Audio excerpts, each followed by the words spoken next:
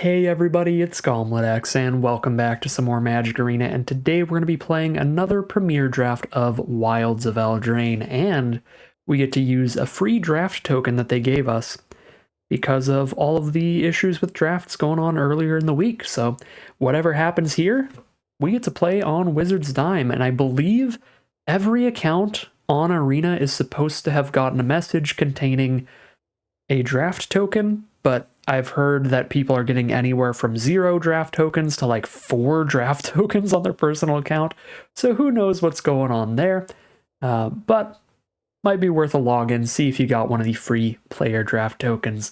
Anyways, let's just get into the draft. This will be an easy Twining Twins for our pack 1. Pick one, just a better version of Serra Angel, one of the best limited cards of all time. Just a 4 mana 4/4 Vigilance with Ward 1. The Twining Twins, not one of the best limited cards of all time, but Serra Angel, a very iconic, powerful limited card. That was a 5 mana 4/4 Flying Vigilance. And that's still a great card, so Twining Twins, still very good. Even by today's standards, where creatures have gotten better and better as time has progressed. So start with that. We can be blue-white to get the maximum benefit and use the Swift Spiral Adventure to redo an Enter the Battlefield effect, or save a creature from removal or something like that. But this card is strong enough just in blue that we don't need to be tied to white right off the bat, which means we can just take the most powerful card out of pack 2, which is Witchstalker Frenzy, the most efficient removal spell in this pack. If you're aggressive and attacking with a lot of creatures, or if you're using this during your opponent's turn after they've attacked with a bunch of creatures, this can often be like 1 or 2 mana to deal 5 to a creature at instant speed, which is insane. And even at 4 mana, not a bad deal in draft. So take the Witchstalker Frenzy here as the best removal spell. Fairy Fencing's kind of close, and we are starting with a fairy, which would make it more efficient, but I think I'd rather take the Witchstalker Frenzy here. It's a little bit more open in where it's going to be good, whereas Fairy Fencing, if you're in like any non-blue color pair in black, it is the less efficient removal spell than Witchstalker Frenzy is, where Witchstalker Frenzy, you don't really have to put any work into it to make it incredibly efficient. The awkward part here, though, is that we probably do push into black this pack, seeing as my favorite cards in the pack are like Feed the Cauldron, Twisted Sewer Witch, and Lord Skitter's Butcher, just 3 black cards. I guess there is an Into the Fey Court, or a Snare Master Sprite, or a Water Wings. All of these would be like okay in blue. I think the best would be Into the Fey Court for big card draw in the late game. Get ahead at that point. But don't think any of these are as good as just the black uncommons here, so we have to pick between a Twisted Sewer Witch and a Lord Skitter's Butcher. I think I like this Lord Skitter's Butcher a little bit better early in the draft. Sewer Witch is better when you have a bunch of other rats on board, but Lord Skitter's Butcher is better in a wider variety of decks. It's going to be good in almost any deck because of the flexibility that it provides with the 3 different abilities you can use off of it. The Twisted Sewer Witch really only going to be at its best with a ton of other rats. Pick 4, no good blue in this pack. We see Torch the Tower to go with our Witchstalker Frenzy for incredibly efficient removal. You can also bargain. Stone Splitter Bolt, I think, is a little worse than the Torch the Tower just because it's less efficient.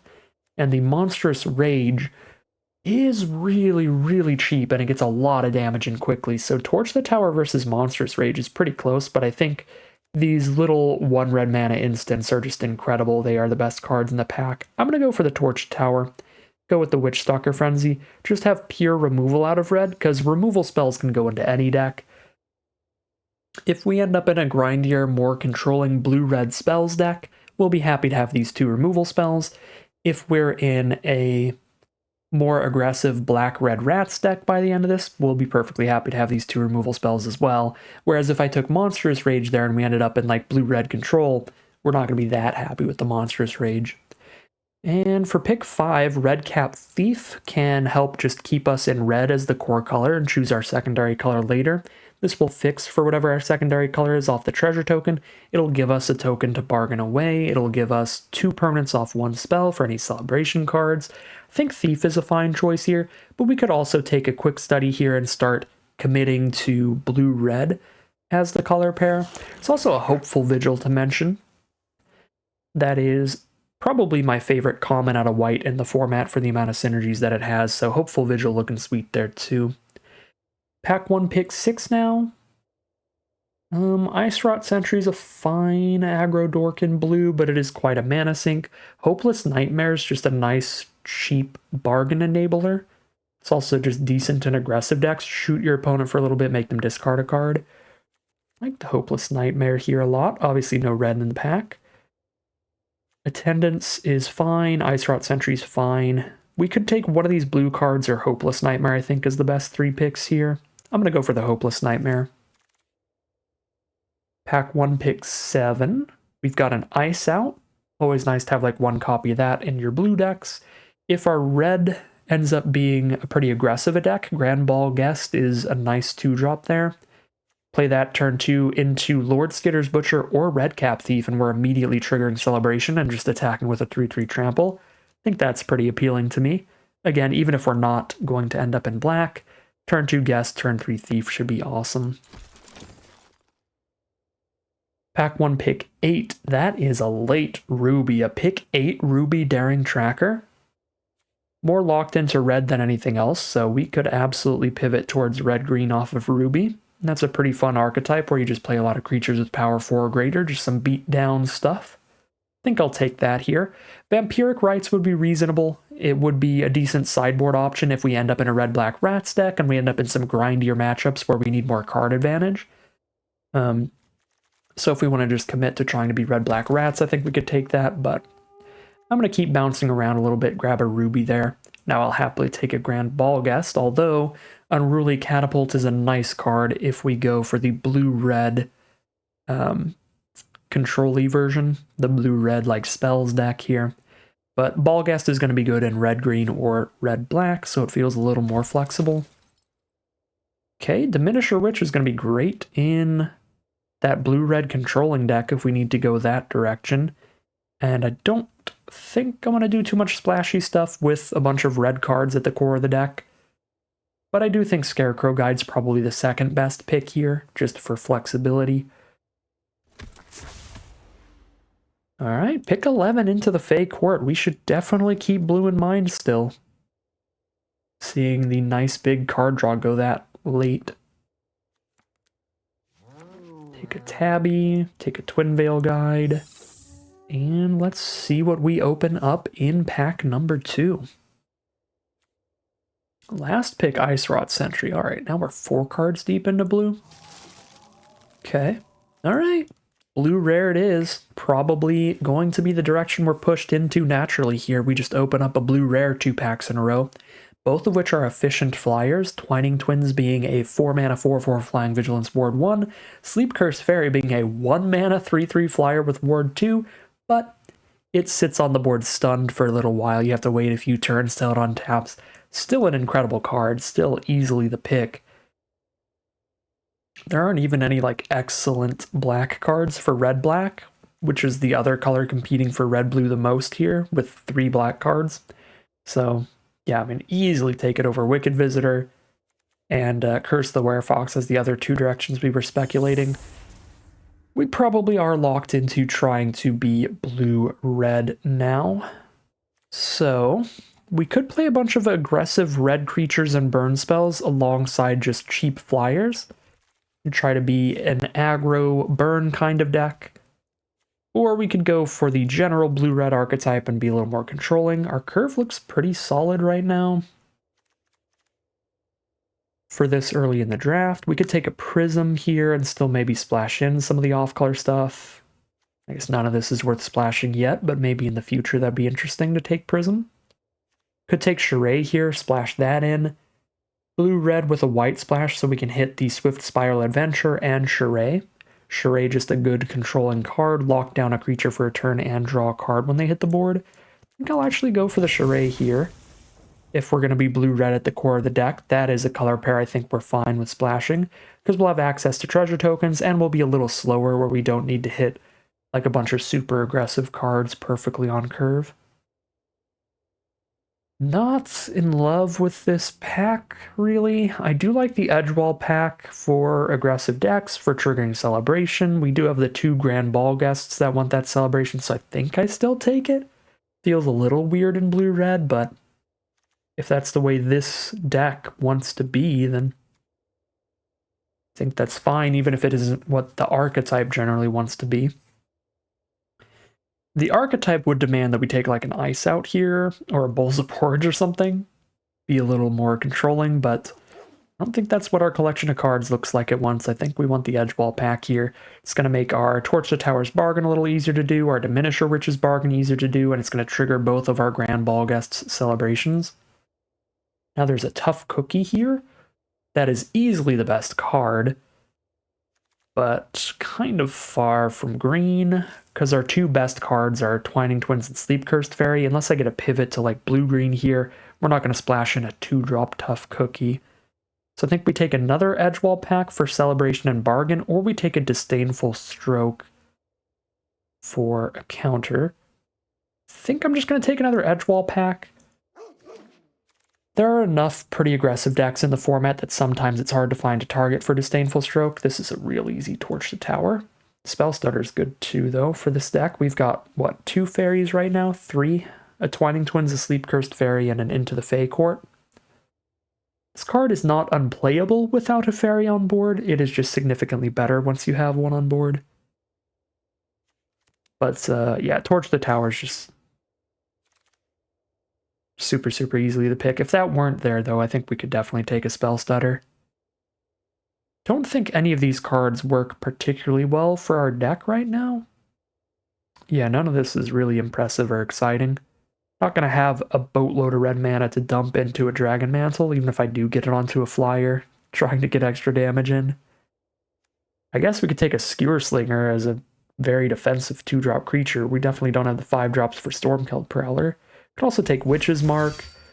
Witch's Mark is pretty solid with one of the better blue-red spells, which is just the red removal spell that deals X equal to the number of instants in your graveyard. And with Witch's Mark, you can play it, discard another instant to draw 2. Alright, Balluna's Gatekeeper. A little more controlling, a little slower, grindier card here. I think I'd take that over the Spear Guard. I'm fine with it. Spear Guard would be fine here too. Now, not much. There's a Merry Bards and an Aquatic Alchemist. Not incredibly impressed with either of these for this deck. There's some decks that I've seen Merry Bards be awesome in, when you have a lot of great targets for young hero rolls, and there's some decks I've seen the Alchemist be awesome in. I don't think this is either. I'll just take an Alchemist, though.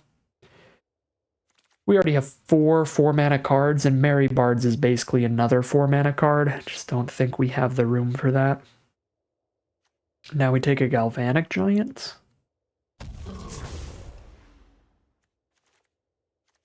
So I passed up on a couple Prophetic Prisms throughout Pack 2, which makes the Charade Splash more difficult because we only have the 1 treasure token here, so we may end up cutting Charade in the end because I'm passing up on Prophetic Prisms. But I think Charade's like the only card that we're really interested in splashing, so it's not going to be that big of a deal if taking Torch the Towers over Prophetic Prisms gets us to not be able to play Charade. I think that's a fine trade-off.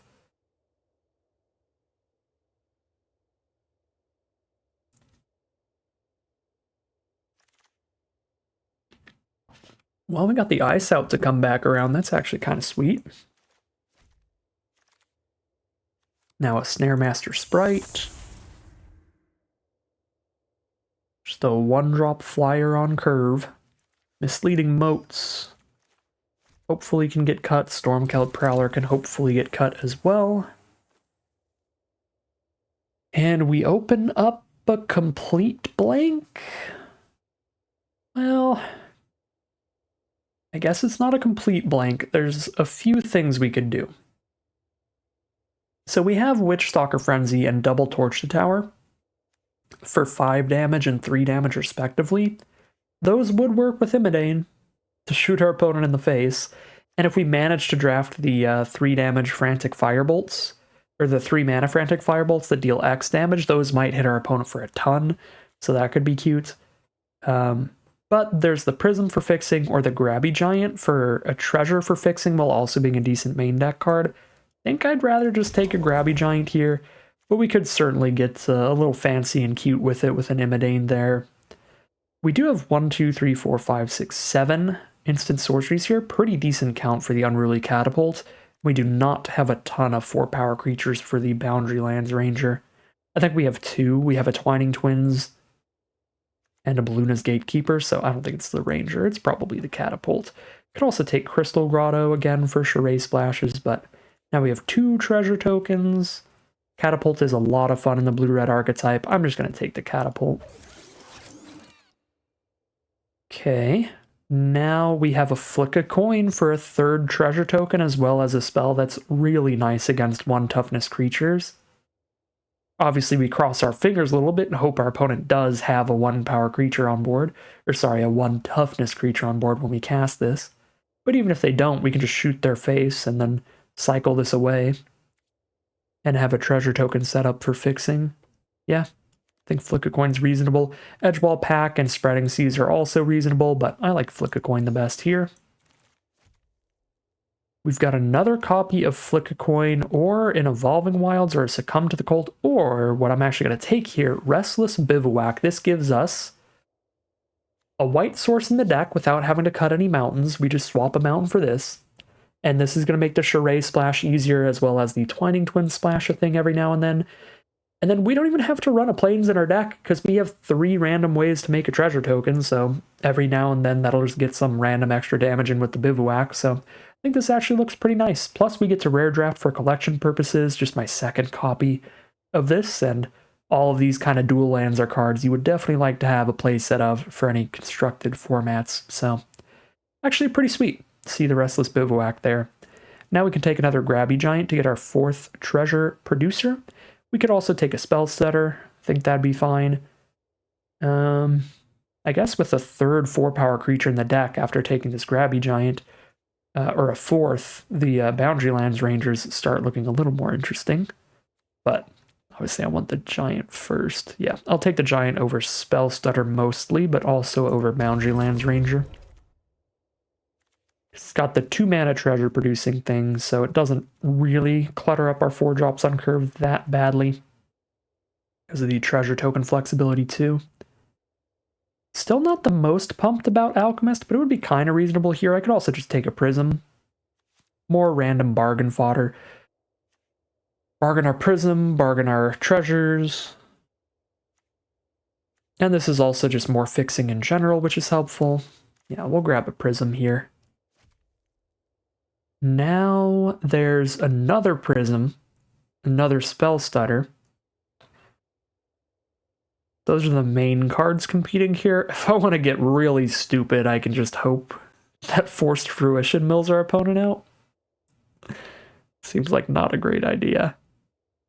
I'm going to take another Spell Stutter. Now that we have double Giant, we've got 4 treasure producers, 1 Prism, and 1 dual land for white mana. Feels really good for literally 1 white card, so I'm actually just going to take the counterspell over a 2nd Prism.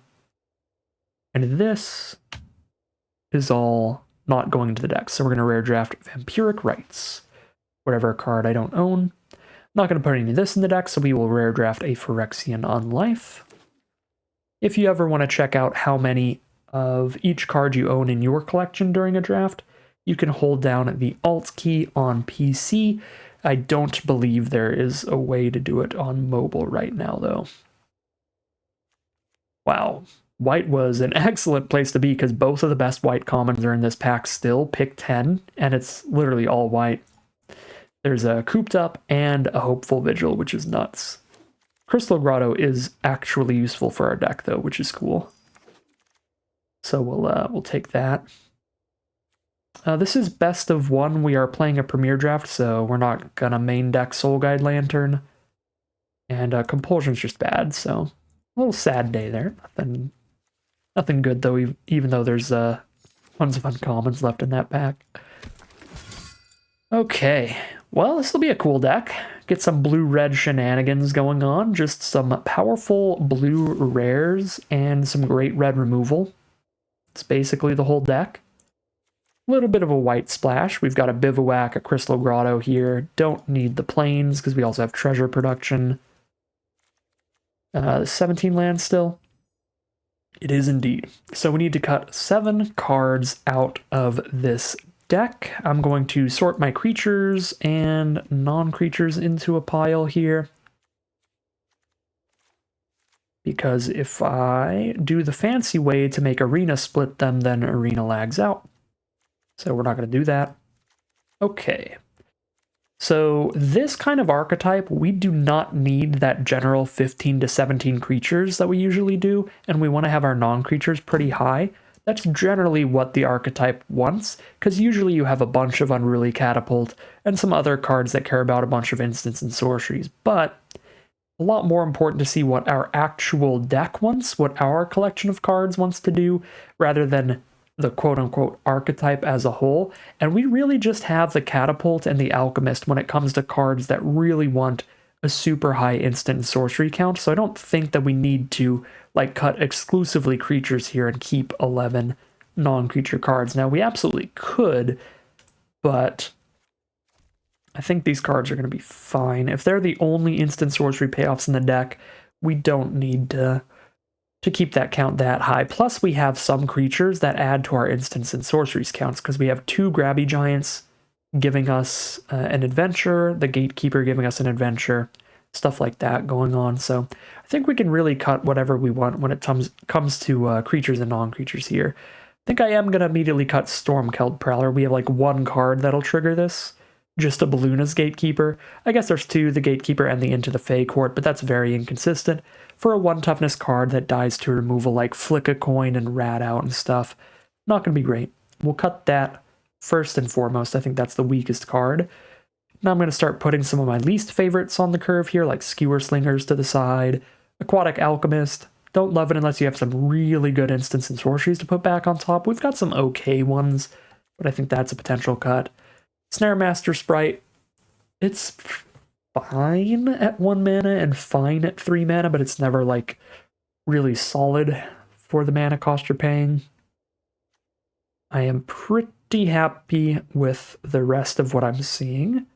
Outside of Galvanic Giant, that's also probably just straight up a cut, because there's going to be 2 cards in the deck that trigger the mana value 5 or greater thing, so we really have to want that 7 mana draw 4 discard 2, which I don't think we do, so probably cutting that. Yeah, that's definitely in the maybe pile. And Misleading Motes, I think, is our worst non-creature card, so put that into the maybe pile. Although I'm not in love with the Spreading Seas either.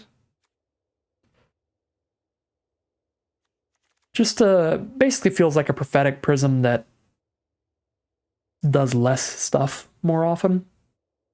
Because we can use this to fix our own mana. If we need a second blue source, then we can just put this onto a mountain or something. Turn a mountain into another island. The general idea is you put this onto an opponent's land to try to mess up their mana base, but that generally doesn't matter too often. Obviously, when it does, you're going to feel like you've gotten an incredible deal when your opponent goes like, they've got 2 swamps and a plains out on turn 3, and then they pass back to you, and you're like, okay, I'll Spreading Seas the plains, and then they don't play another plains for a while. Like, that's living the dream. There's also the chance that they Utopia Sprawl up a land, and Utopia Sprawl can only be enchanted on a forest, but it makes that forest tap for an additional mana of any color. So if you Spreading Seas the forest that they put Utopia Sprawl onto, you just kill the Utopia Sprawl and make the forest an island. So there's a couple dream scenarios for this card, but the vast majority of the time, I would say it's basically just 2 mana draw a card. So it's going to go into the maybe pile over Prism, which is, I think, more often going to be more helpful. Because even if we're just on our main 2 colors, make sure we've got our double blue for Ice out, double blue for Twins, double blue for Into the Fey Court, and if we draw into any of our white splashes between our Adventure and our Charade, it just perfectly fixes mana for that as well. Whatever's going on with the mana base, just make sure that it's working. So I think this, while it doesn't do a massive amount, does things more often than Spreading Seas does things. So I'm going to keep this in the real deck and these in the maybe pile. And that gives us 6 cards in the maybe pile, so we could keep it nice and simple and just cut all 6 here, but Maybe double spell stutter is a bit much for the triple counter spell here. We could put one of these in the maybe pile, and then we've got room to keep one of the cards that I've set aside, because we're cutting 6 here.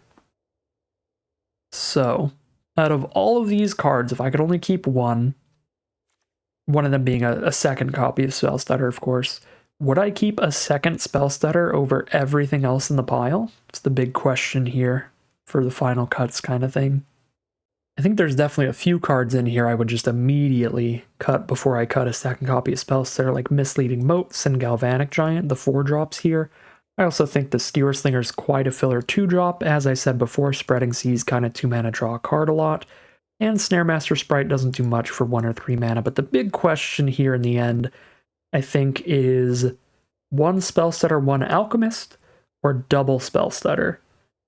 Because we're kind of low on 2-mana things. Sure, I've got a Grabby Giant I could play at 2 mana for a treasure token, but that doesn't impact the board. As for cheap spells that impact the board, I guess I do still have 5. Double Torch the Tower carrying a lot of weight there, where we've got Sleep Cursed Fairy, double Grand Ballgast, and then on 1 and 2 mana we can be just torching away their 1 or 2 drop creatures.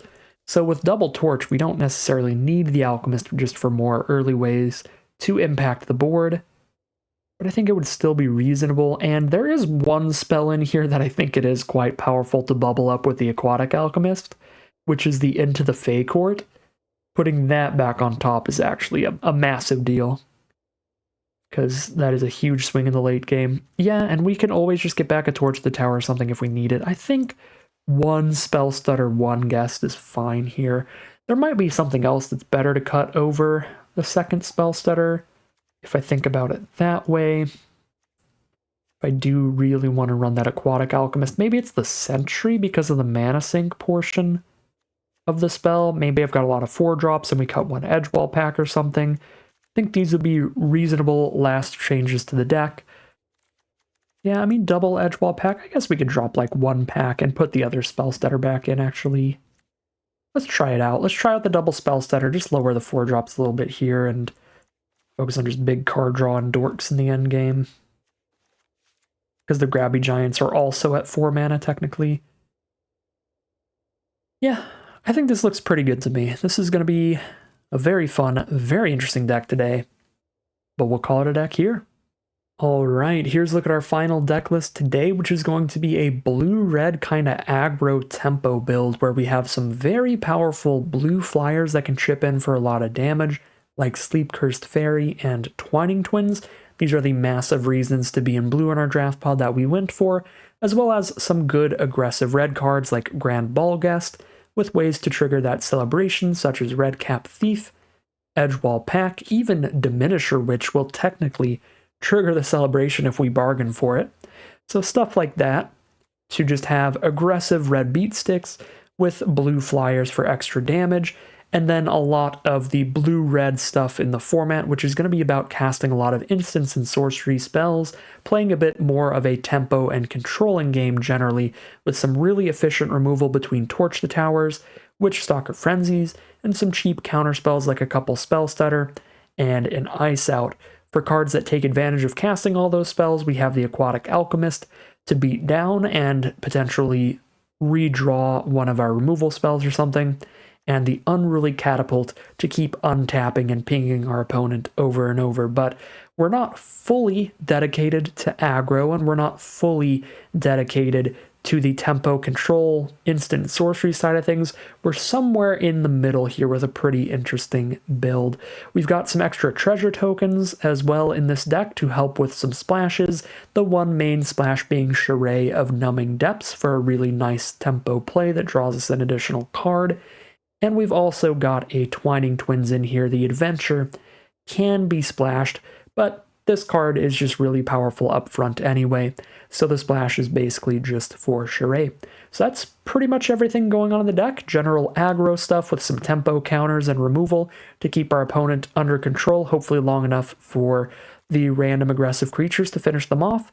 If that doesn't work out, we do have a bit of card advantage in the endgame with Into the Fey Court, which can bring us quite a bit ahead in card advantage off of just 1 spell, so this should be a big way to try to grind out the longer games. But overall, looks like a pretty interesting, pretty solid deck today.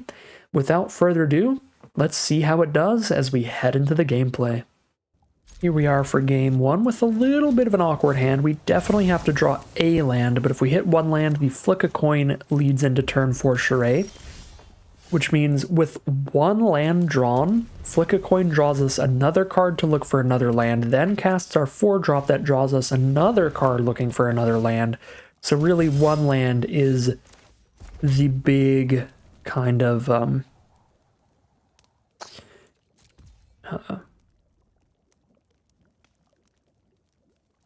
so just hitting one land here is going to be the big turning point of this game.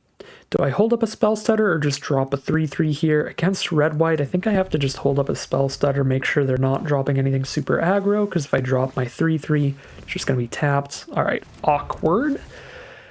That's about as poor as things could have gone for us. They went Mountain, Plains, Hopeful Vigil, which makes it look like they're a red-white Celebration aggro deck. And then they followed up with Island Prophetic Prism to show off that they're 3+ colors, they're a grindier deck. We've unfortunately missed the land on all of our draw steps, so we don't get to go flick a coin into charade here, looking for the next land after that. And at this point, if I don't play Sleep Cursed Fairy, I have to discard to hand size. Which means if I want to hold up Stutter again, I have to like discard an Ice Rot Sentry or an Into the Fey Court to do it, which is a huge bummer. Yeah, we just let them resolve something then. Which means this is the turn they're going to get the big play, but now in order to Spell Stutter, it would be like a Spell Stutter where it also says, as an additional cost to cast this spell, discard a card. Becomes a very hard sell.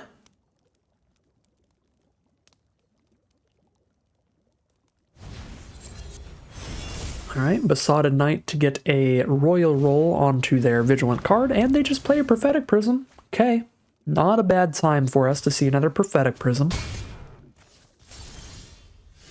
Definitely a bad time for us to not see a land, though. And we draw the Torch the Tower after they make their creature a 3/3. So now the Torch the Tower doesn't even kill something. Alright. So now we are going to discard Ice Rot Sentry, holding up a Spell Stutter. I mean, I guess we can discard into the Fey Court, because just naturally not drawing any lands, we're going to be ahead in non-land cards.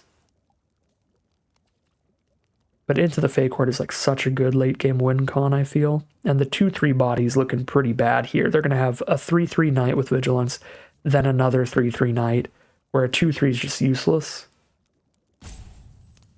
I'm going to discard Ice Rot Sentry. I don't know if that's correct. It's maybe supposed to just be Into the Fey Court as the most expensive spell, but I just don't think the Sentry's lining up well at all. Alright, so we can Spell Stutter anything that costs 3 or more. And if we don't Spell Stutter, we just get rid of a stun counter on the Sleep Cursed Fairy. Alright, there's land 3. Now I can flick a coin into charade. Can also just tap out, drop the Catapult here so I can block the 3/3, but I can go down to 9 here. And then we've got protection if they try to cast anything great, and if they don't, we just flick a coin in the face. Draw another card, looking for more lands, get our mana already. Okay. This I cannot Spell Stutter. Well, actually I can after they pay the ward, which is pretty good, because then they don't bounce the fairy and the Gatekeeper's gone forever. Okay, yeah, this is actually a pretty great Spell Stutter instance. So we skip out on flick a coin to do this. Yeah, that feels worth it. Okay. They're down to 3 cards in hand. Now I could just untap the Sleep Cursed Fairy to trade into their 3/3. I no longer have a counterspell to hold up, so I could just drop a Catapult instead. And just block their 3/3 with an 0/4 here. Start getting onto that game plan. Since I'm not holding up counters anyway, all I can hold up is what, flick a coin, sack the treasure, torch the tower to kill this thing? But this thing has ward, so I can't even do that. Yeah, I can't deal with the 3/3 anyway. And I'm not holding up interaction that counters anything. So I think it's reasonable to just play Catapult. I mean, I can always threaten to untap the fairy and then trade. I don't think that's a particularly good trade for me, though.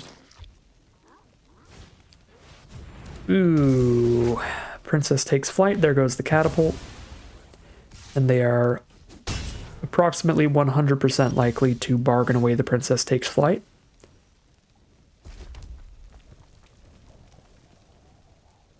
Now I can flick a coin and torch the tower. But again, not with the ward to clear out the 3/3. Yeah, with the Into the Fey Court in hand.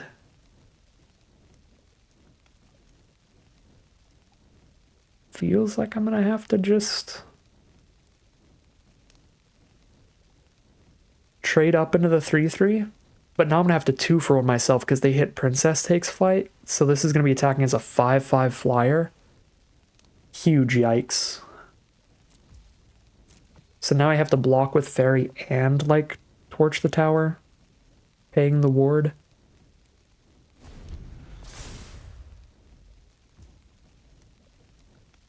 Because I can't flick a coin, torch the tower. I won't have the ward up because I have to bargain off this. So I could flick a coin in their face, get a treasure, draw a card. I have 1 mana up and 1 treasure. I spend the 1 mana for this, bargaining away the treasure, then I don't have the 1 mana up for ward. Yeah. That is just not stacking up well for us at all. I don't think I can go to 1 against a red deck here, because if they have a flick a coin, we're super dead. Maybe they're like blue-white splash red, honestly. They only have 1 red source still. They also only have 1 blue source, so we don't know which is the core color. Feels real sketchy to go down to 1, though. Because then we also just die to like the +2/+2 combat trick. Which I guess I still essentially lose to that if they have it. Because if I try to kill this thing and then they +2/+2 trick it, we're still going to be like definitely losing the game. Alright, into the Fey Court. Now we're not even going to be ahead in cards here. Alright, we got to try. Yeah, we have to try and hope they don't have the +2/+2 trick.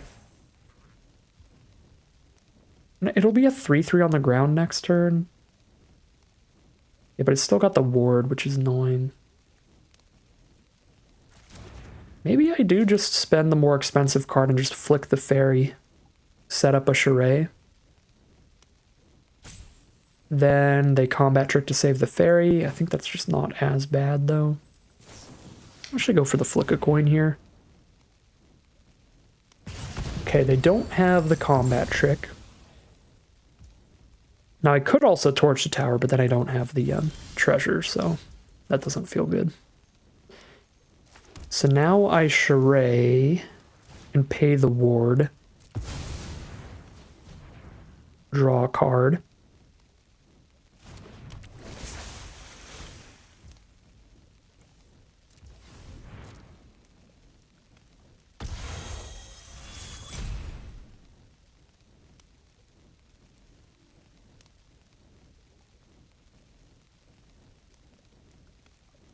Are they gonna sacrifice their 3/3 here? They're gonna bargain it away?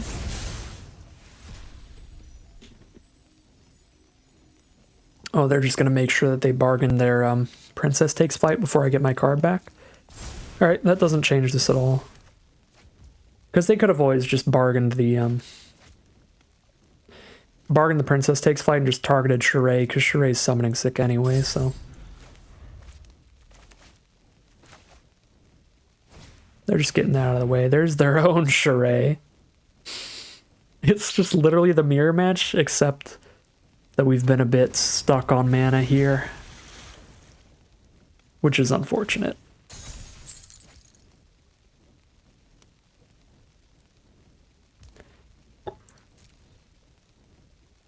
I think we're just dead now.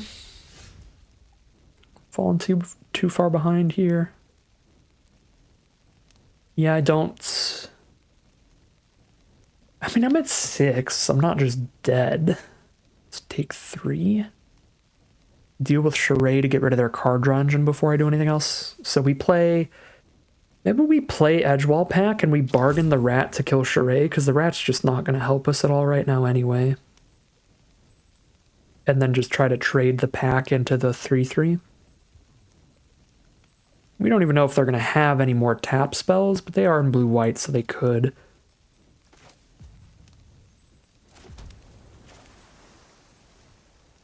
Which means I think it probably is a little better to try to kill Charade than it is to go for the knight here. Should have held up another red source just in case they somehow attack with 3 creatures. Should have went red and triple blue here.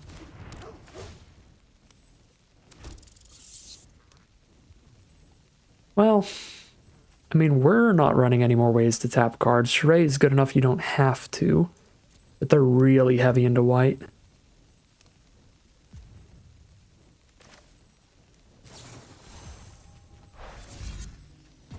I'm going to cross my fingers, though. I'm going to kill the 3/3 over the Charade, now that I think of it. Preserves our life total more, even if it maybe gives them a bit more card draw. We're down to 6 here, and this means they just have no attacks without... Ooh, I'm going to keep that. Without killing our Edgewall Pack or tapping it down with something. We're mainly just crossing our fingers that they aren't a tap-down deck, that they're more red-white than blue-white, but there's the second blue source. We'll see what they've got here. They've got 6 cards in hand because they got their Into the Fey Court resolved first.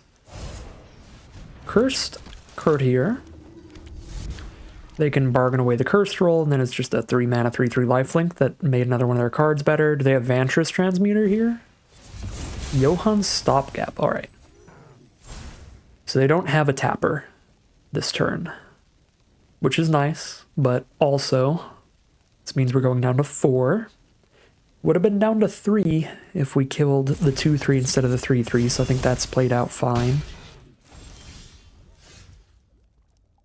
But it is really looking like we just took a little too long to hit our lands here. We are quickly running out of ways to survive their future attacks. 5 mana to just kill the Courtier with the Frenzy. If I wait to Frenzy until their turn, it's a little cheaper. It is probably cheap. If they attack with at least 1 creature, I can afford to play a Grand Ballgast and hold up a Frenzy on the Courtier. If they attack with 2 creatures, I could spend 3 mana right now, but I don't have a 3 mana thing to do. We're not just going to bubble up right now. So I think I have to just Ballgast and pass. Just hope out of all these cards they don't have much follow-up at this point, which feels unlikely. But it is possible. Well, they are definitely holding up mana for nonsense here. So Witchstalker Frenzy's probably going to get blown out by a counterspell or removal or something. We still got to try to cast our removal spell here. I'm going to do it before blocks, so we can see if we will need to trump Courtier, and with exactly how much damage we would be able to kill it with. Nope, it just dies. All right. I guess if they had the +2/+2 trick out of white, that also gives flying if they bargain away, so we would have just been dead if they had that. They would have just made it flying. Went from there. Speaking of flying, oh my god, and a Will? I don't think Will actually does anything. Yeah, it's just a 2/4. Okay, but the Obira's Attendance is going to kill us real quick. So I need to be able to diminish or witch down the Attendance, so we drop it into the Fey Court, getting ready to chump block the Attendance here. As the play for this turn. Got another Torch the Tower in my deck, so I hold up 1 red mana for whatever we might draw.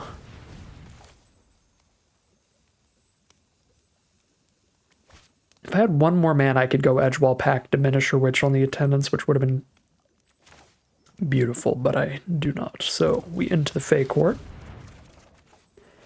find a Balluna's Gatekeeper, which cannot bounce anything but will. But if the options are to bounce will or play an Alchemist, I think we bounce will, right? Yep, because we can bubble up our draw 3, and that'll be a big play at a future time. Next turn now, we are locked into Edgewall Pact Diminisher Witch to get the attendance down to 1 power, so we do have to chump block here to make that worth it, because otherwise, if I'm going to go down to 1 life, what's the point of making their flyer a 1-1? A 1-1 flyer still just kills us. So we might even be on, like, Edgewall Pack, Diminisher Witch the attendance, and then, like, bubble up our flick a coin to just try to flick the 1-1 flyer out of here. Another draw 2 from our opponent, the Quick Study, bringing them back ahead in card advantage.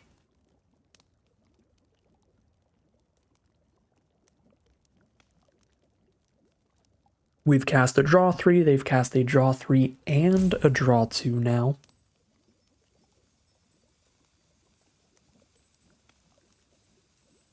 Plus a lot of adventures. Not incredible adventures, just like the Royal Rule ones, but they've still added up. The Princess Takes Flight was a 2-for-1 as well. I guess it was 1-for-1 technically, but it got extra damage in, and they spent their 1 card to exile our 1 card.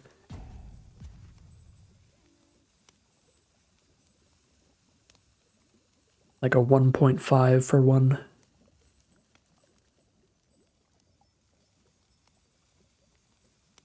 But we have been put into multiple chump blocks too. Oh my god. So now even if I put... Wow. I can't double block and kill Charade. And now even if I put a Curse Roll on the attendance, it's still a 2-2 flyer. That is filthy. Yep. The Elusive Otter Rare Splash off the Prophetic Prism. Pretty gross adventure. And there's the otter itself.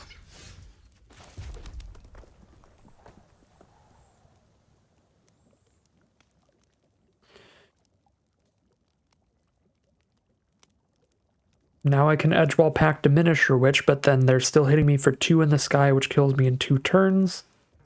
And I'm chumping a Charade. Guess I can trade now with 6 power, but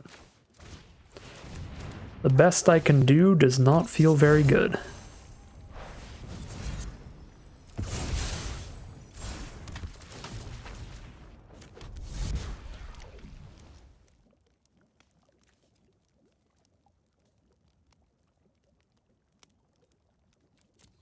Don't think I can afford to attack.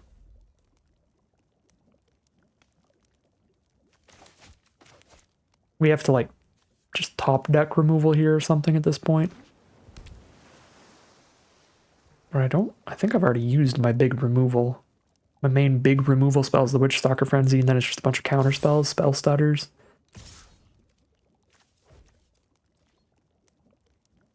Yep. This is what we would call bad.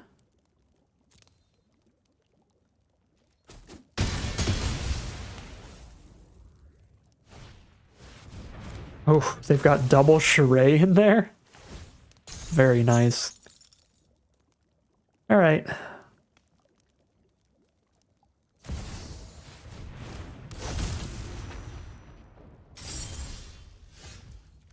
Super duper dead. So, I think our opponent is favored in that matchup a little bit for sure. Kind of feels a bit like a mirror match. We're definitely heavier into red. They're a lot heavier into white. I think their deck is a bit stronger just in terms of card quality. They've got the excellent Princess Takes Flight removal with bargain stuff, and they have a lot of 2-for-1s with the Gatekeeper Adventure, the Stopgap, bounce and draw a card, Quick Study, draw 2, double Charade. So I think the matchup is already a little favored to them, and obviously missing on that 3rd land for a few turns there was really bad for us. we kept an opening hand with the risk of, like, if we don't hit the third land drop, we could have some issues. And then it took us several turns to get there, so that really, really punished us quite hard. Had we immediately hit the third land drop in one of our first 3 draw steps, which is what I was crossing my fingers and banking on there, then I think we would have had a really real game there, and it would have been very, very even.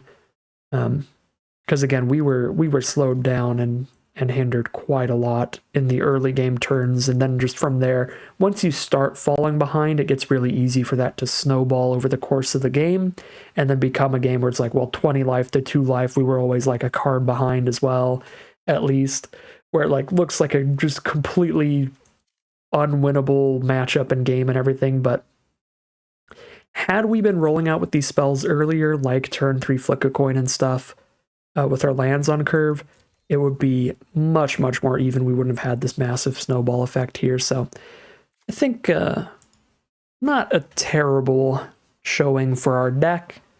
Just some rough draws in the early game. A little bit of a gambly hand there. I still think the keep was super reasonable. I think the keep was fine. We just needed to hit 1 land in our first like 3 draw steps, but it took us like 5 or 6. So is what it is. Makes me feel like our deck is still pretty decent though. All right, here we are on the play for game 2, and Arena's just going to be an absolute jerk about things and just give me almost the exact same hand. This time we know we can at least get 1 treasure token, even with just 2 lands, but I'll certainly keep it here.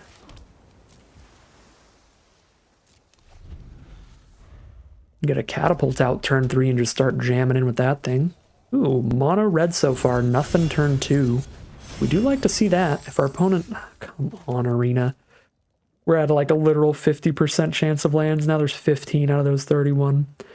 I was going to say, we love to see like mono red decks not playing a 2-drop for the more aggressive strategy. Worth cracking a treasure to get a catapult down here? I don't feel like it. I think I just hold on to this treasure for dear life. Do I play an alchemist, or I think I just hold up a stutter? Till I get up to 7 cards in hand. If I get up to 7 cards in hand, or like 8 cards in hand, I'm just going to have to start doing things. All right, beautiful. I'm actually going to play Red Cap Thief here so that I have double treasure token. So I can hold up Spell Stutter for whatever they're doing off of just treasure tokens. So if they do anything super, super bad, we know that we've got that backup plan. And then we'll play the catapult, now that we've got double treasure for the stutter to be up at all times. So they've started things off, another blue-red deck here. This one might even feel like more of a mirror match than the last game, but we'll see. But they've started off by making some rat tokens off of their rat catcher trainee. So our 2/3 bodies, pretty good at keeping those off of our face.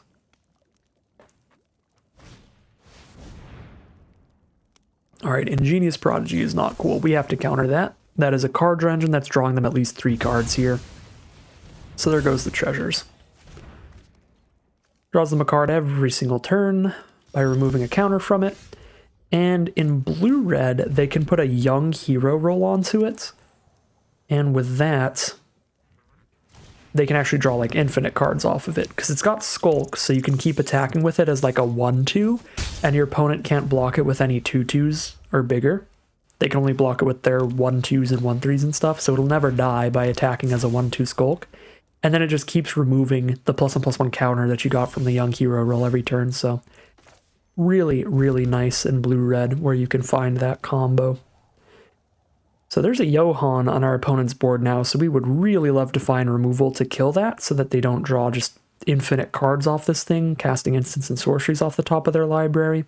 So I think we're going to just cast into the Fake, where this is looking like a real awkward game for the Catapult, because our opponent is just presenting threats that we have to deal with as quickly as possible, so we don't have time to like get the Catapult down and try to grind out a bunch of damage with that. Alright, don't find any of our removal, sadly.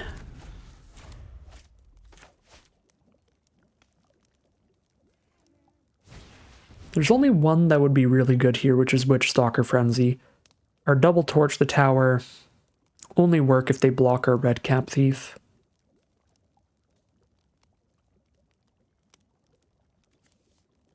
They're playing that off the top of their deck, so that just immediately has drawn them 2 cards, which is super gross.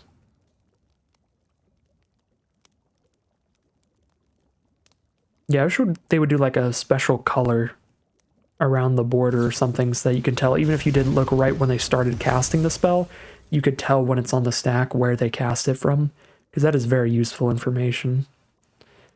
Alright, there's a flick a coin to deal with our 1/1 flyer token, which is pretty good.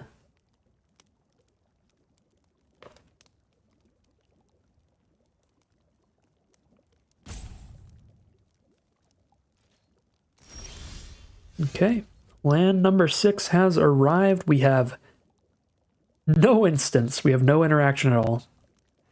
No counterspells, no burn in this hand.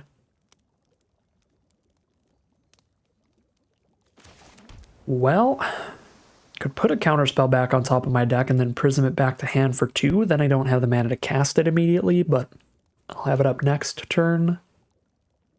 Could also just prism and see what we find. I think I'll do that. Digging for that Witchstalker Frenzy, ideally. Do not find the Witchstalker Frenzy. We find another land. I can threaten to have a Torch the Tower here, but then I don't have blockers up for their rat tokens, but I think that's fine. We definitely look to be in the more aggressive position. So let's threaten to have a Torch the Tower here. And see if we can get 2 free damage out of the red cap thief. Nope, opponent doesn't care. They are cool with their most important card dying to torch the tower, if we have it. Ooh, never mind. They're going to spend a treasure token to make sure that they don't get torch the towered. I lied. Alright, that's fine. That's decent value. We've gotten rid of their treasure token now then.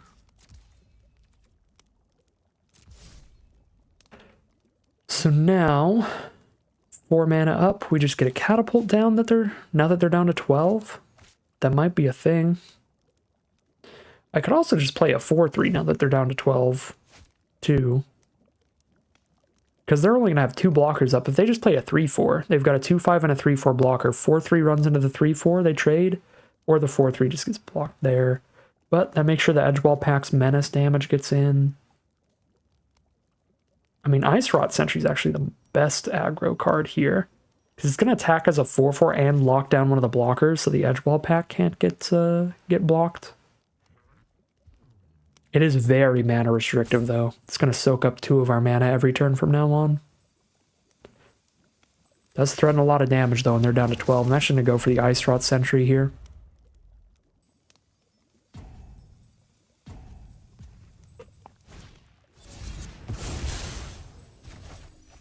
Stopgap on the Ice Rot Sentry to slow us down.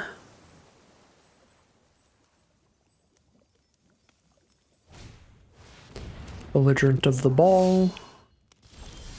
And that is all. There's the Witchstalker Frenzy, baby! That's what I've been looking for. 1 blue mana up. That is not going to counter this.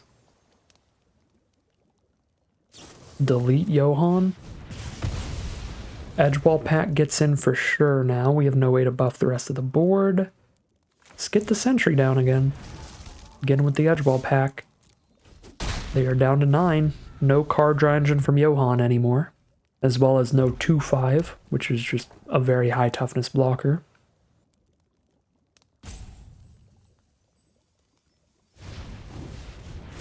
Okay, Albira's Attendance for a 3/4 blocker. A Ratcatcher Training for a 2/1 blocker. Get that Ice Rot Sentry to attack in as a 4/4 while tapping down the 3/4, so they can double block and kill that, but then the Edgewall Pack would get in. And they're just going to concede. They are over it, and that means we are at 1-1 now as we head into Game 3. Here we are now for Game 3, and we've got a game plan. Sleep Cursed Fairy into double Grand Ball Guest, and just whenever the fairy wakes up, we're beating down with that and a bunch of peasants.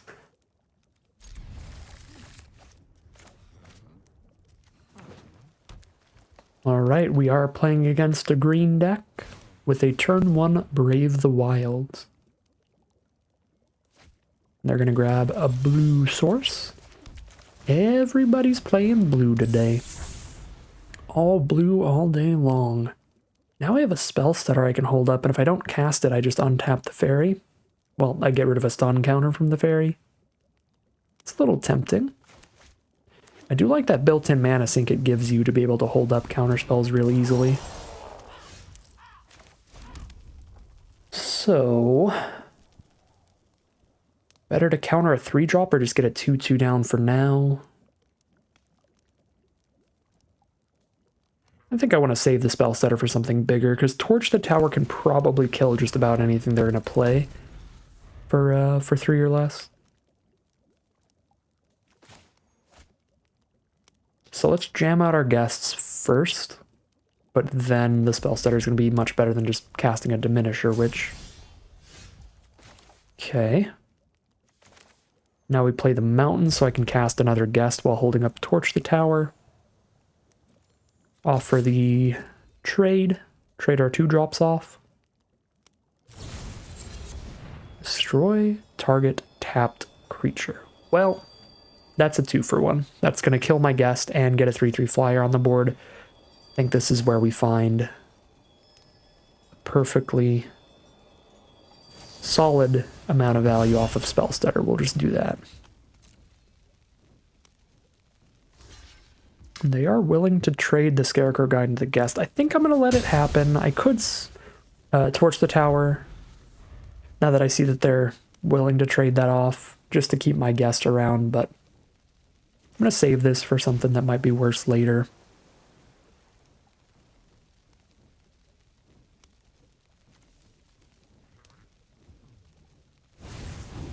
Galvanic Giant. Alright, Torch the Tower can kill that if we get a treasure token or something onto the board so we can bargain.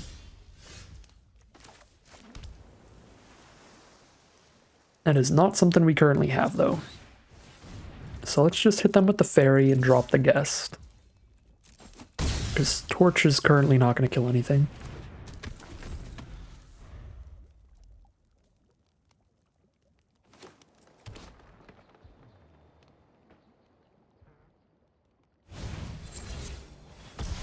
Alright. They're going to Gatekeeper back the Sleep-Cursed Fairy, so that we have to dump a bunch of mana into untapping it again. But that'll honestly not be the worst mana-wise. And I can trigger Celebration this turn. But this looks like a great matchup for Diminisher Witch if I can find the bargain materials, if I can just find my treasure tokens, my prophetic prisms and stuff. Turning a 6/5 into a 1/1 is a pretty big deal off of a cursed roll. But the 3/2 is just already big enough to trade into Galvanic Giant. And it gets me a Grand Ball Guest attack in here. These are just rough options. But I think I'm holding on to the Witch for when I have a treasure to turn the 6/5 into a 1/1. That's basically just a full removal spell at that point.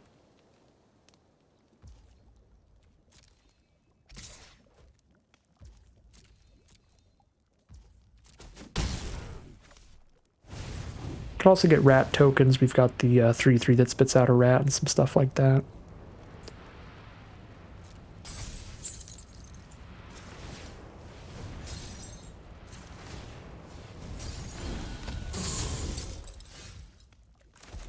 All lands for now. Now I start dying to a 6/5 pretty quickly.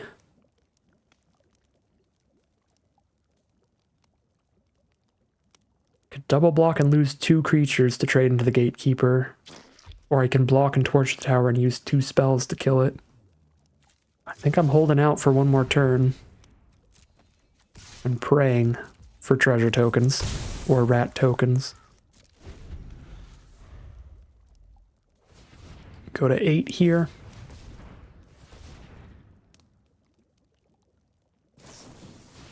Farsight Ritual, just massive card draw. And they pick the 2 best cards out of the top 8, put them into their hand. Or no, top 4. It's top 8 if they bargain. Send in the team. Trade into Galvanic Giant here. Honestly, probably enough on the back foot. I sort of have to. Because I would need to find 2 pieces of bargain fodder. To have Torch the Tower kill the 3/3 and Diminisher Witch kill the 6/5. And yeah, we're just on top deck 1 piece of bargain fodder to deal with the 6/5 as the game plan, and then just roll from there with our ground troops, ideally. They have another Threadbind Clique. Yeah, it's pretty gross. I torch my own. Actually, yeah, that was a miss there. That was a punt. I should have torched my own too. Because that's essentially just torching their 3/3 flyer without having to bargain to do it.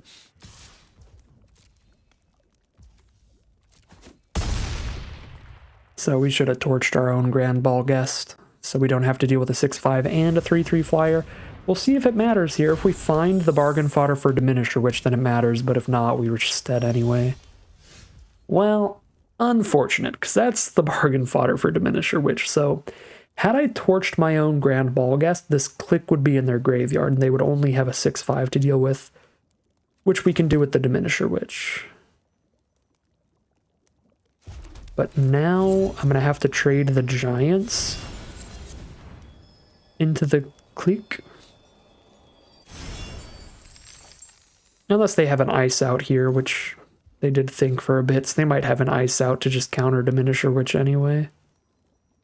I can't bait out their counterspell though, because if I try to cast Giant, I don't have the mana to play Diminisher Witch and sack the treasure to bargain. So we have to just do it.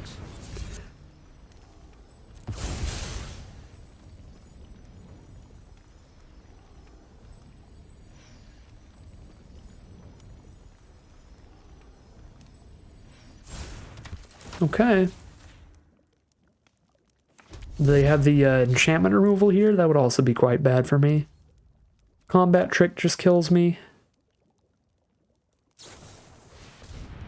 What is the... They have 2 Farsight Ritual, 2 Threadbind Clique? What is going on today?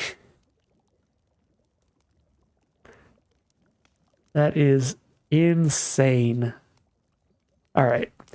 Well, obviously did not play this out perfectly. I think the only thing that I really did wrong was not torching my own Grand Ball Guest.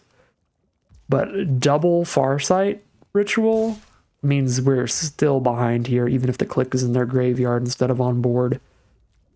Then I have 0 cards in hand to 4. I guess I have 1 Grabby Giant to their 4 cards, but does not feel winnable, even if I had gotten rid of the clique. Now they have scanned the clouds for card filtering here, getting rid of 2 lands to find some non-lands. There's the Tempest Heart.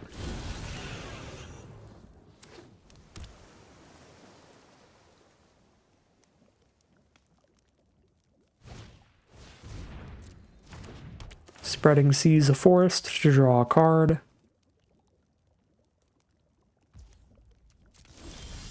Find a Witch Stalker Frenzy. Guess that is something.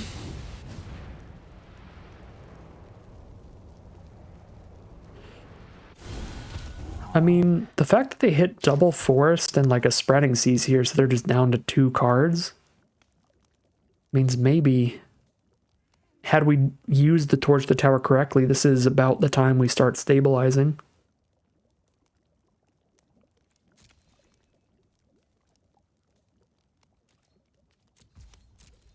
I'm gonna wait till they declare attacks, I think, so I can Frenzy and Torch.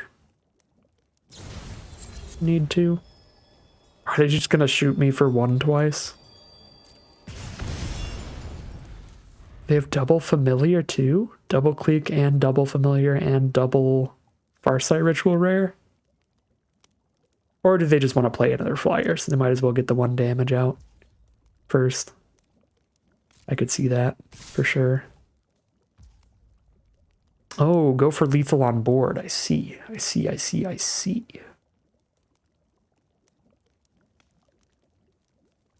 Well, we're going to have to frenzy the Threadbind. We have to frenzy the flyer and trade Giant into the Tempest Heart here.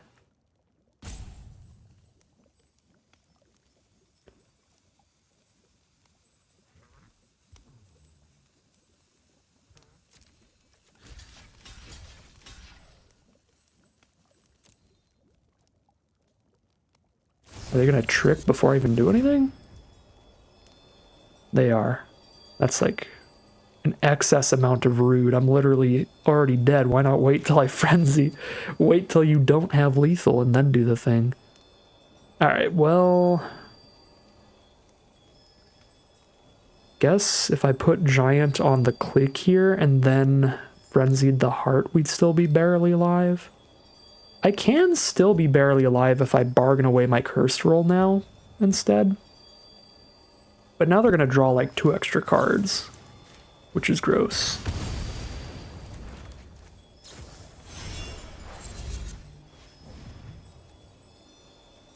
So now we're just falling even farther behind in cards. Another Torch to Tower. I mean, I guess it kills their flyer. Their 2/2 flyer they're about to play. Oh my god, oh my god. Well, I guess that wasn't the worst time to bargain away the cursed roll, seeing as they drew into Bear Down to blow it up anyway. And Hollow Scavenger for 2 more creatures. Okay, so now I have to shoot Frolicking Familiar and chump block a Gatekeeper. Oh, Lord. Yeah, no, we would still be dramatically losing this game.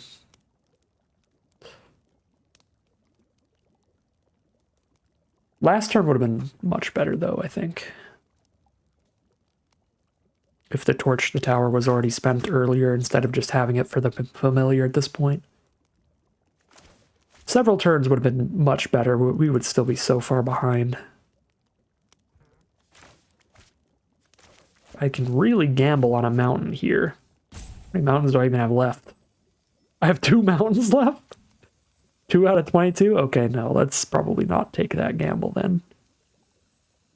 You just block Giant, Torch the Familiar. I think I need to Torch Familiar before their turn, because then if they top deck an instant, they can go like Bakery Raid, then I try to Torch, they respond with an instant, and the Familiar doesn't die. I think I have to main phase this.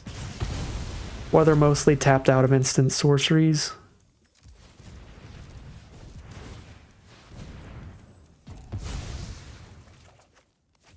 Alright. Time to die.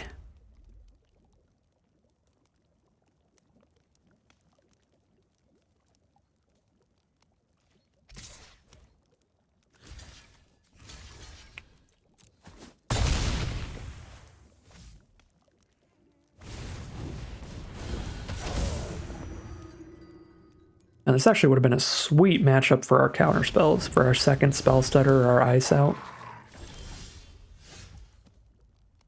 Okay. 1 and 2 heading into game 4.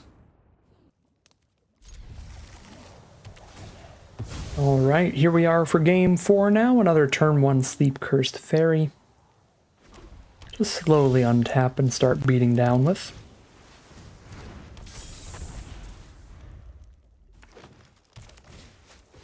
There's a Tale for the Ages, so with enough roll tokens, that is going to be massive, giving all their enchanted creatures +2/+2.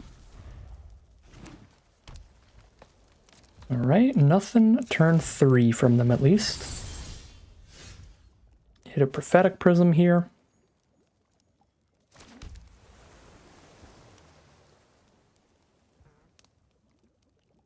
Not going to be the easiest to hold up ice out. Do I really need to ice out a 4-drop? I think it's probably best to like drop Red Cap Thief here. Get that treasure token to make it a lot easier to hold up ice out in the future.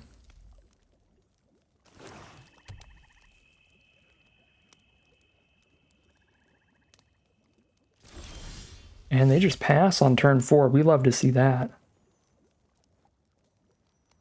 Now we can start beating down. We've already got a winning board state, so I can just hold up interaction, torch the tower or ice out.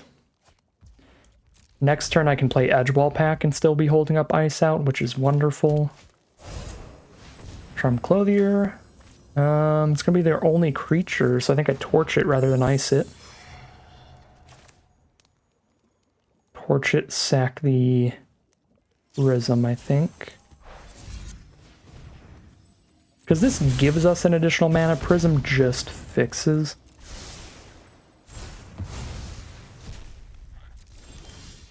And we need that additional mana to play the Edgewall Pack while still holding up ice out.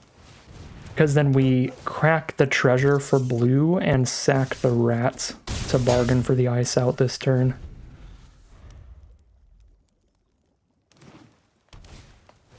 Alright, that definitely gets countered. Bargain, auto pay, sack the rat.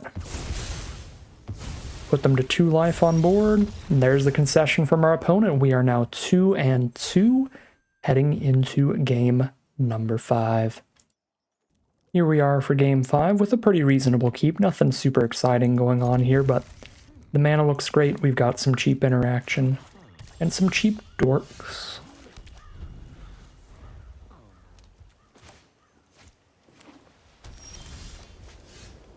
Hit a Prism here. Honestly, just going to chip in for 1 a turn with Alchemist if we drop it, so I think I'd rather just play Prism or hold up Spell Stutter. I think I really have enjoyed the Red Cap Thief line of just playing that Thief early and using that treasure token to hold up our counter for only like 1 mana from that point on. Right, because then I can play Thief on turn 3, and turn 4 I can play like a Diminisher Witch while still holding up my 2 mana counterspell. I can just keep doing things like that. Now they've played a Pie Wielder, so I would be very interested in potentially torching that. So I might go Grand Ballguest and torch the Pie Wielder, sacking Prism, because I already have all 3 main colors. I guess I could also torch it and hold up Spell Stutter. But I can't, like, Red Cap Thief and hold up Torch without losing the treasure. Let's torch it now and I think see what we scry into.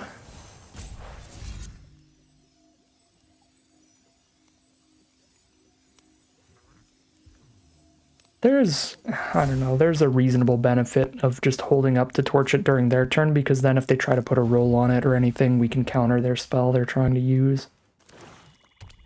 But, I mean, it's going to be really obvious that we're holding up like a Torch the Tower or something now. Okay, Spell Stutter doesn't work, it doesn't do anything. Cool, so now we torch it, and if they try to save it with something, then I Spell Stutter that.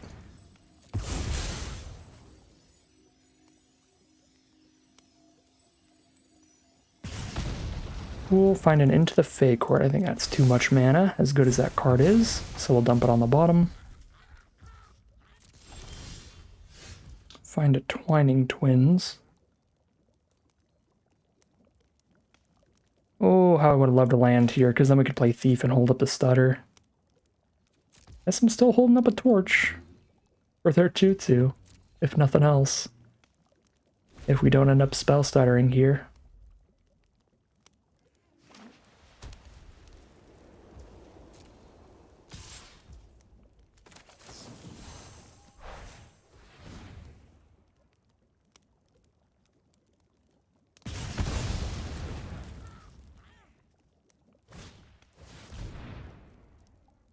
Oh.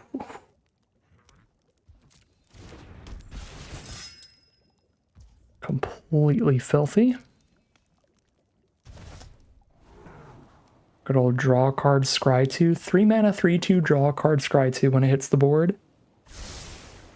And our board does not have any fairies for our Spell Stutter, so don't get to stop the Celebrant. But I will be efficient and just stop the other spell here, because the lack of lands that we're hitting means we should be getting as efficient as we can with our mana at this point. Let's get the Thief down now that we don't have to hold up a counter. Got a piece of bargain fodder for Diminisher Witch if they resolve a large creature. Of course, they put a roll onto the Celebrant, so the Thief can't trade anymore. Still at 20, so it's not a massive deal. It is just very annoying, though. Drop a 4/4 flyer against the 3/3.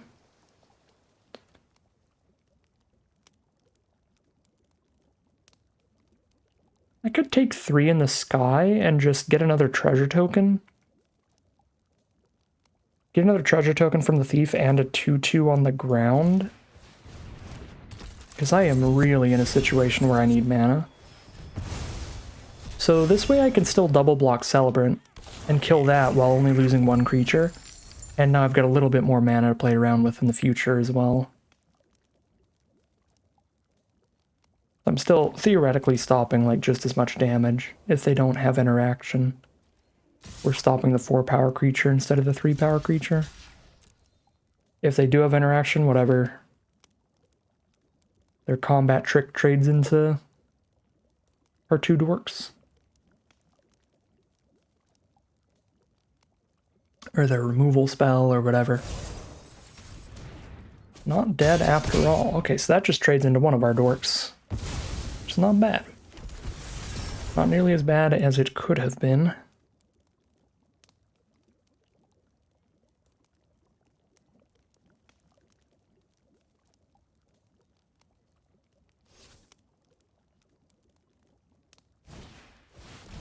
There's a reindeer. 5 mana. Play a 4/4 flyer. It stops Clothier from attacking and the reindeer from attacking, but we still take 4. I play a Diminisher Witch. I can make the Clothier a 1/1 and trade into Celebrant off of just the Witch alone. And I just take the reindeer hit for now.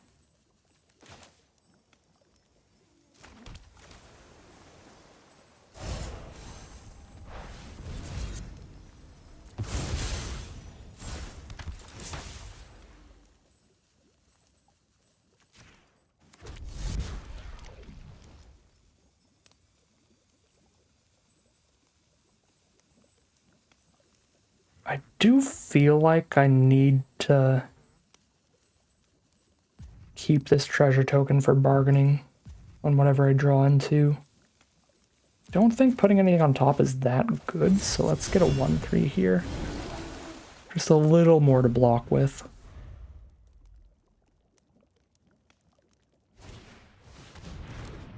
Wow. Alright, well, Clothier goes back to hand, and there goes my bargain. My cursed roll I got from bargaining, I should say. Oh, stockpiling Celebrant.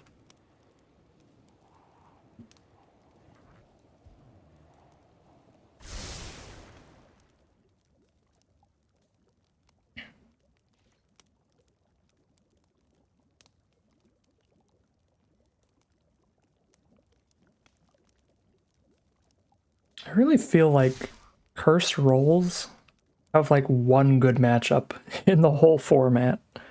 Cursed rolls are just really, really bad against the white decks because of stockpiling Celebrants to return their creatures. And they're really bad against red aggro stuff because the creatures are already small anyway. In terms of their base stat line, like the only thing cursed rolls are great against are like the big green dorks. So many places you can get absolutely hosed. Can be pretty annoying.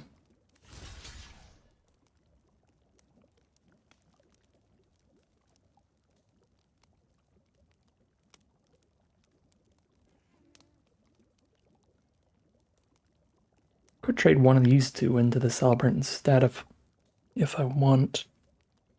Or I could trade into the reindeer, take 1 more damage for now. Because it does have a good ability in the future. They are going to get another enchantment next turn. I think it actually is pretty important to get the reindeer off the board now that I think of its ability. Only take 1 more damage to do so.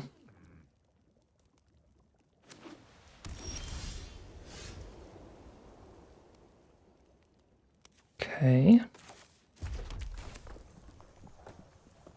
Obviously drop the Twining Twins.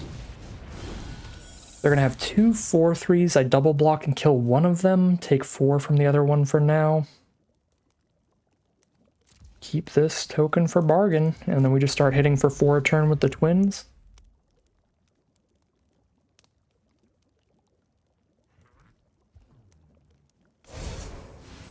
Okay, there's the Charmed Clothier. Makes the other Celebrant a 4/3. We trade into one of them.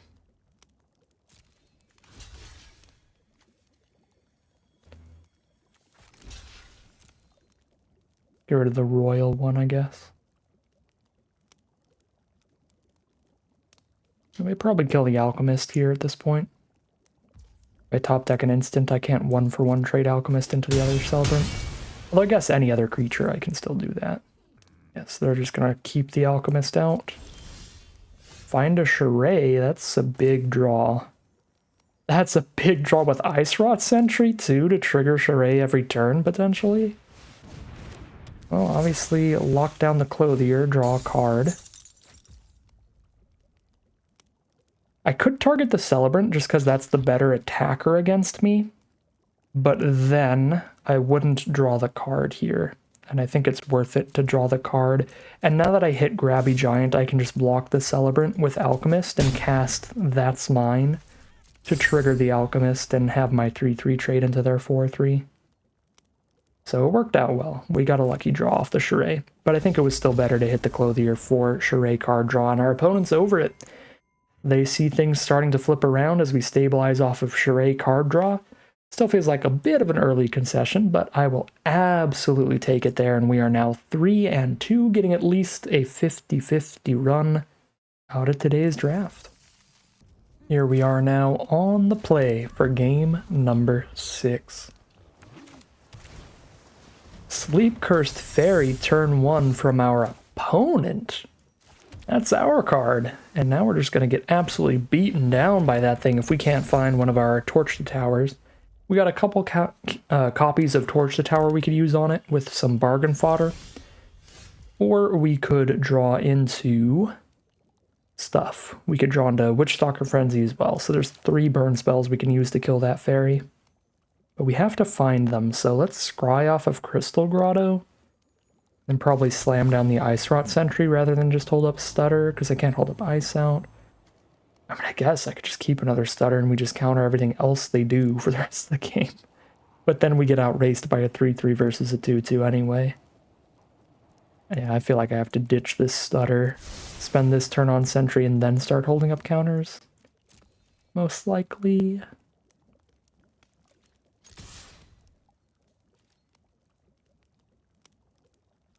I guess without another blue source, I can't even use Sentry next turn. If they do play another creature. I can't spend the 2 mana to tap something down while still holding up 2 mana to spell Stutter.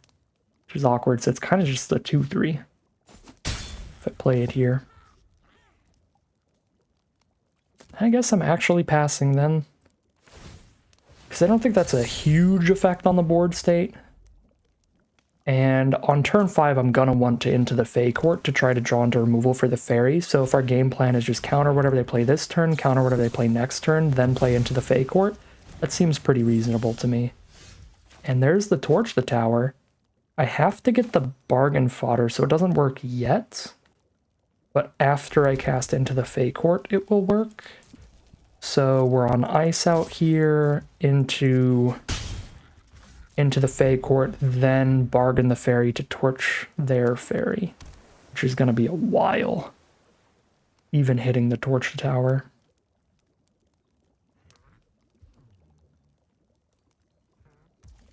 I guess I could activate my Bivouac, but it'll be a tapped 2/2. But I could do that for fun if I want to get my land candy grappled or something. Be pretty cute. Yeah, get your 1/1 flyer. Now they're probably holding up their own Ice out. Oh! Nope. Spend the 2 mana. Now we know we can afford... Well, we can't afford Into the Fey Court unless I hit a land, but we can afford to cast it because they've got no blue up. Right? It's reasonable to cast it if we hit a land. Come on. Come on, baby. All right, that's not a land.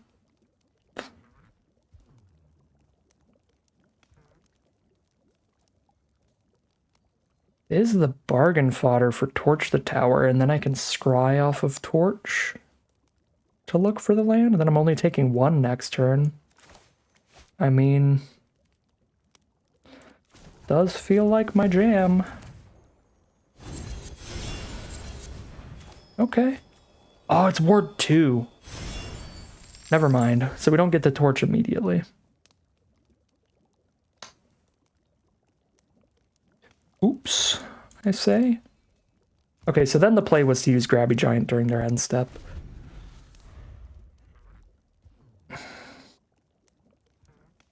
This is not that far from the correct play, so it's not really going to like punish us that hard. It's just really weird to do it in the main phase. It's obviously incorrect. But it's not like we're taking more damage than we would have or anything different is really happening here. Oh my god, please stop. See, this is the main thing that could go wrong with doing that then instead of the end step. If I waited to the end step, I could have iced this out without sacking a treasure. Which would have been a big deal. Because I think I would have wanted to do that. But now...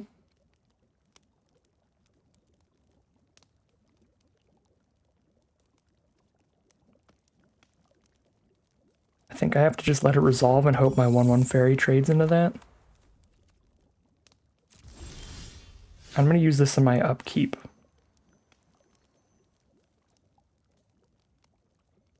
I believe, on Sleep Cursed Fairy.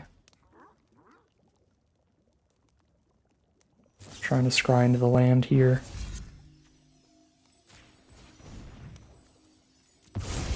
Okay, so we did get punished there. That was like the thing that could go wrong with the weird timing of when I chose to Grabby Giant. Is that they could have cast a spell that I needed to ice out, and the only way I can ice out without bargaining is if I haven't spent the mana on that yet. Alright.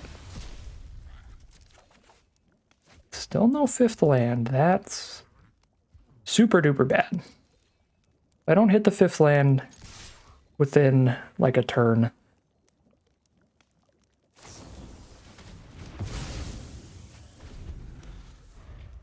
that's probably going to be game, because we're taking 3 in the sky every turn.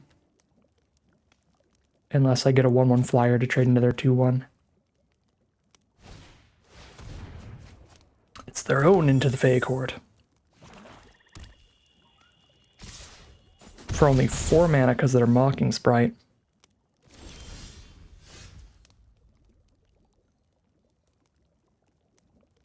Okay. Well, here's ours. We did find that 5th land thanks to some scrying. Ooh, a Flick a Coin's a huge draw. A Sleep Cursed Fairy is really big. But they've got a rat out for the flyer. Alright.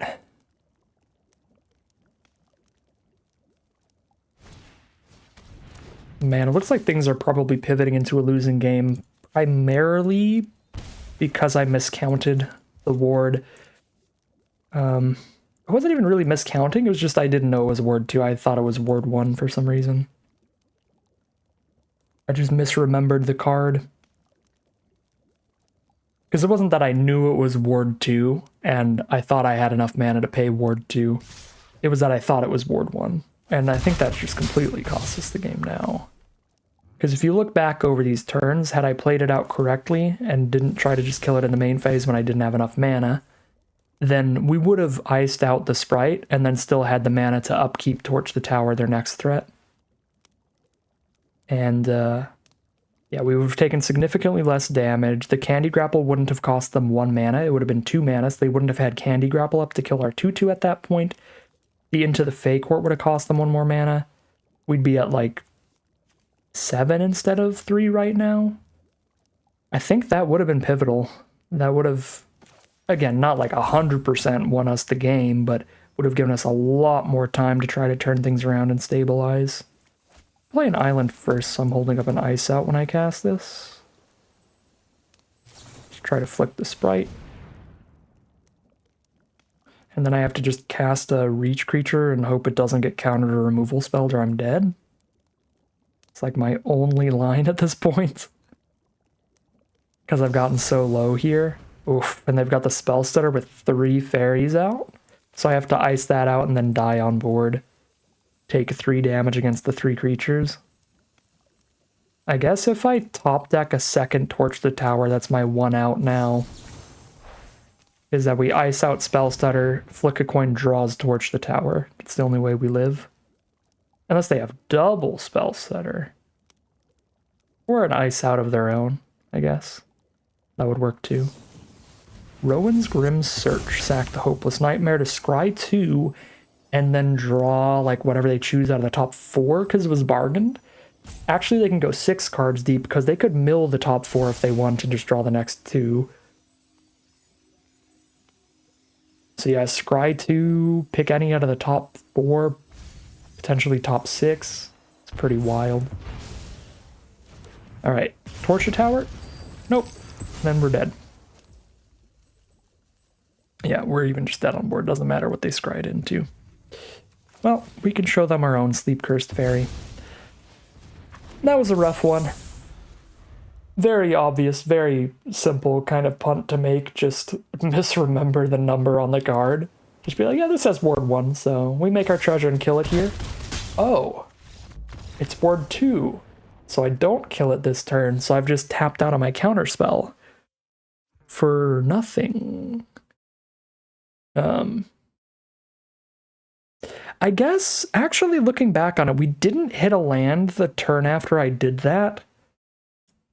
So if I hadn't cast That's Mine during my main phase, to where I did go for the ice out on their 2/1 flyer that made everything cheaper, if I did ice that out, then it would have passed back to my turn. I would have drawn for a turn. I wouldn't have hit land 5, so then I'd be in the exact same situation where I can spend 2 mana to get the bargain material, but then I only have 2 mana up, 1 for Torch and 1 for Ward, so I still couldn't quite afford to immediately shoot their 3/3. Yeah, I guess there is that, because if I remember correctly, we didn't hit a land the turn right after I cast the That's Mine. So I still would have been stuck on mana from killing the ward creature immediately. I think it still would have played out better, but looking back on it that way, it's not that much worse. To where I really thought like we might be close to a winning position if I hadn't miscounted things. But now that I think of it like that, I think we'd still definitely be behind at the very least. But yeah, there's that to take into account. We actually still wouldn't have had the mana to just get the treasure and ward away the creature immediately. Well, yeah. Got turn 1, what is it called? Sleep Cursed Fairy? Yeah, turn 1 Sleep Cursed Fairy, a little bit of Divine Justice there, die to our own bomb a little bit. Really efficient blue-black fairies deck over there, some great work from Mocking Sprite, getting a lot of cost reduction.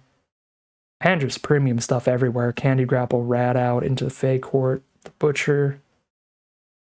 Alright, good stuff from the blue-black fairies deck. Not too unhappy with how I played things out today. Obviously, we had multiple punts throughout the day that I did mention, which is a big deal, but I don't think I did super horrifically on the fundamentals of how we drafted this deck or the general game plan ideas that I had. It was just like silly basic punts today of like, that is a different number of ward than I thought it was. Stuff like that. So 3-3, I think still pretty reasonable for how this deck ended up shaping up. I think it's a relatively average deck. We'd expect to go somewhere between 2-3 and 5-3, something like that. And we certainly didn't play perfectly. Some punts as well that could have dragged it down a little bit. So 3-3 seems like a reasonable spot to be with this one. not too much to say about the deck. Looking back on it, it did the thing. Played some bomb flyers and some little red aggro dorks. Played a lot of counter spells. Still don't love counter spells, just generally in my life. It's always rough. It's always kind of difficult to try to find those opportunities where you're supposed to be holding them up versus casting your spells for turn to keep that tempo going. I think the big thing that I really liked, the one thing I do want to give a shout out to, was Red Cap Thief alongside these counter spells was great. I feel like every game that we decided, well, we can skip out on the counters in the early turns, just don't counter a 2-drop or 3-drop because I can just torch those anyway, and instead spend those turns setting up cards like Red Cap Thief. I think that played out really, really well, because then, like, generally we want to keep that token to bargain it away later in the game, but just by the virtue of having that token, it puts us in positions where now turn 4, if I have 4 lands on board, I can tap out for another 3-drop like an Unruly Catapult, while still having 1 mana up plus 1 treasure token up, so I always have the backup plan Spell Stutter if we're in a really bad situation where they're casting something insane and I need to counter that. So I guess that's the one big overperformer. I really liked Red Cap Thief with Spell Stutter. It's good with Ice Out as well, but that's a little bit harder because you need to have a treasure token and a second piece of bargain fodder for that to play exceptionally well. But being able to, again, do a turn 3 Red Cap Thief into another 3-mana spell on turn 4 while holding up a 2-mana counter just by virtue of having a treasure, that was pretty awesome. I enjoyed that every game that happened. So that, I guess, would be my one big kind of overperformer, though, there. That collection of cards was pretty sweet. But, again, overall, very average run. 3-3, get 1,000 gems in 2 packs. Would be a bit unhappy here if I paid my own gems, but this was a free draft due to all of the glitches on Arena lately. So again, if you haven't checked your inbox lately, certainly check it out. They were giving out some free rewards throughout the week, and then there's also these draft tokens potentially, but now they just tweeted on the Wizards help page or the Magic Arena official page that they've shut off the inbox for now. They've stopped messaging out rewards because apparently there was a glitch with the rewards that they were sending out. Maybe the glitch was what people were talking about, where people were getting anywhere between 0 and 4 player draft tokens when I think everybody's supposed to get 1. So maybe you won't have a player draft token in there. Maybe you will. Some people have posted they've gotten like 4 player draft tokens. So who knows? Give it a shot. Log into Arena if you haven't in a while. Just check the inbox. See if there's anything there. Who knows what you might get. What we got was 1 free player draft that we've turned into 1,000 gems and 2 more packs of Wilds of Eldraine. So solid value for us. But that is going to end today's video. As always, I'd like to thank my patrons and YouTube members for supporting the channel, as well as you for watching these videos. If you're interested in seeing some more videos like this, you can always like, comment, and subscribe to tell the YouTube algorithm to send you some more in your recommended feed. If you'd like to catch me live, you can check out the Twitch channel in the link in the description below. And if you'd like to support the channel directly, you can check out the Patreon link in the description below. But other than that, as always, thank you very much for watching, and I'll see you again soon for some more Magic Arena.